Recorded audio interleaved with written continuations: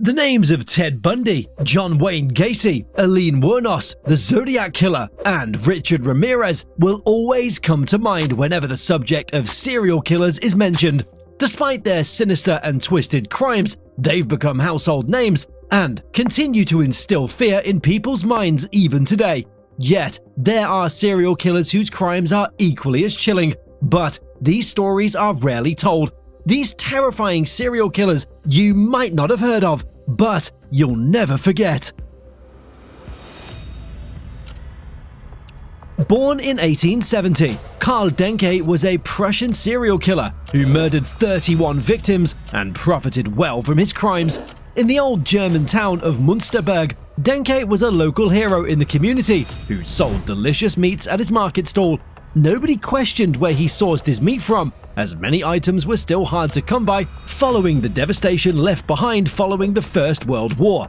In 1924, a beggar claimed that Denke had swung at his head with an axe. Due to Denke's seemingly good nature, the police at first did not believe the beggar's story, but decided to make an arrest. He was told in a cell at the police station that his home would be searched, and after hearing this, he hung himself in the night.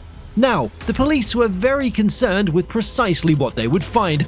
It was an eye-opening crime scheme. They discovered pots filled with human flesh, human bones laid across the table, belts made from human skin, and jars filled with body fat labeled as cooking oil. This led to the chilling realization that the meat he sold at his popular market stall was likely made from human remains. Maryland serial killer Charles Davis was an ambulance driver who murdered 5 women in the 1970s. Davis stalked his victims until they parked in a quiet area outside of a shop or restaurant. His father was a police lieutenant, and he'd used this contact to run the license plate and obtain the name of his intended victim. Davis would then page the victim and say her car lights were left on. When they returned to the vehicle, he abducted them and strangled them. The bodies were left in open areas along busy roads within his ambulance's route. A passerby would alert the emergency services to the body, but nobody suspected the ambulance driver who arrived on the scene was the killer. Davis was eventually caught after using a stolen credit card belonging to one of his victims.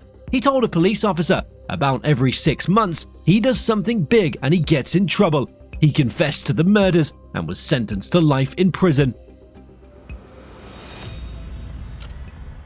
John Norman Collins, also known as the original co-ed killer, was suspected of murdering 8 victims. In 1967, the lifeless body of a co-ed was found on campus and she'd suffered 20 stab wounds. 1 year later, another co-ed's body was found and she'd suffered 47 wounds. It was discovered that the student was last seen with fellow student John Norman Collins, but with insufficient evidence against him, he was let go. Over the next 2 years, the bodies of 6 more co-eds were found, like history repeating itself. When police investigated the murder of the most recent victim, they were told she'd also been last seen alive while walking with Collins. He was once again released for lack of evidence. Then there was a breakthrough, as bloodstains that matched with a victim were found in the basement of a house, which was enough evidence to charge him with murder. Collins appeared on the surface as a clean-cut all-American boy, yet he was a sinister killer who was obsessed with violent sex and bondage. In 1970, he was found guilty and sentenced to life in prison. Robert Hansen was a cruel monster who hunted his female victims for sport in the Alaskan wilderness. Between 1971 and 1983, he started targeting sex workers for his twisted pleasure. His victims were abducted, taken to his remote cabin, and tortured. They were then set loose so he could hunt them down like wild animals with a Ruger Mini 14 and a hunting knife. He was finally caught when 17-year-old Cindy Paulson managed to flee while still wearing handcuffs and recounted her terrifying ordeal to the police. Hansen denied these claims and told the police he was being extorted for money.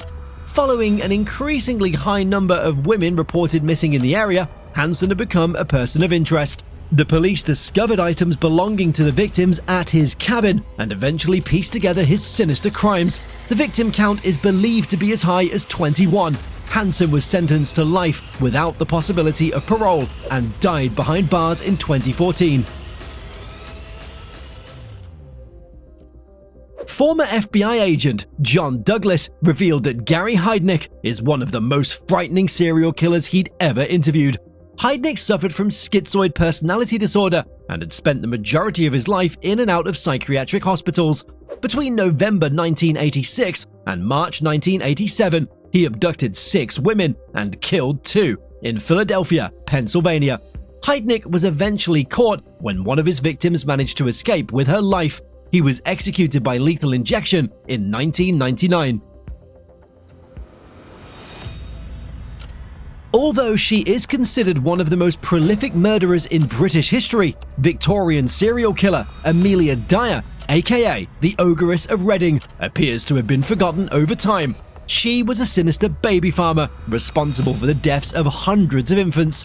Dyer promised to help young women pregnant out of wedlock by finding them adoptive homes for their babies. After she charged them a fee, the newborns would then either be starved or suffocated to death. In 1896, a lifeless baby was discovered wrapped in parcel paper with her address. When police raided her house, they were overwhelmed by the stench of rotting flesh, and the bodies of more than 50 infants were uncovered. She likely killed between 200 and 400 children. Dyer tried to plead not guilty because of insanity, but in less than 5 minutes, a jury reached a guilty verdict. Aged 60 years old, she was hanged at Newgate Prison in London. In 1987, Harrison Graham's apartment in Philadelphia was raided by police, and there they found the remains of 7 women. Graham told the police the bodies had been there when he first moved in, then later confessed to accidentally strangling them all during sex whilst he was under the influence of drugs. Graham had a Cookie Monster toy that he would sleep with, and his defense claimed that he had 3 personalities: Frank, a drug addict and a murderer; Junior, a 2-year-old who could not be without the Cookie Monster; and Marty, a likable handyman who was compliant with the police. His defense that he suffered from multiple personality disorder was rejected by a judge, and he was convicted of all 7 murders and 7 charges of desecrating a corpse. Due to his low IQ and mental illness suffered during his early years, he managed to skip the death penalty, and behind bars, he became an ordained minister.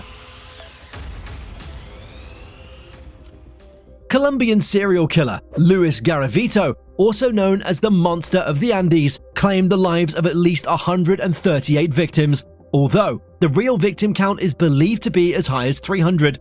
He targeted impoverished and vulnerable male victims, aged between 6 and 16 years old, with the promise of money or small gifts. When the boys were lured into his trap, they were tortured, killed, and mutilated. In 1997, a mass grave uncovered the bodies of the missing boys, and the police knew they had a serial killer on their hands.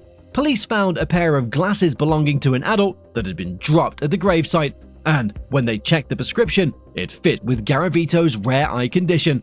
He was sentenced to 1,853 years in prison. He's kept separate from all other prisoners, as it's believed he would be killed immediately. Carl Panzram once wrote, "I hate the whole damn human race," and no one who knew his story ever doubted he meant every word. Born in 1981 in Minnesota, he was raised in a home full of violence, then dumped into reform school by the age of 11. Instead of helping, it hardened him. By the time he was in his teens, he was already drifting, stealing, setting fires, and breaking into homes. One of his early crimes was robbing the house of former President William Howard Taft. But to lure men and boys, he later raped and killed. He claimed to have murdered at least 21 people, though the real number could be far higher. His crimes stretched across continents, the United States, South America, and even Africa. When he was finally caught in 1928, he confessed in graphic detail. There was no plea for mercy. When he was executed in 1930, he snarled at the hangman, "Hurry it up, I could have done this myself." He didn't fear death. Evil doesn't always make headlines. Sometimes it hides behind a friendly smile, a loaf of bread, or a noble title.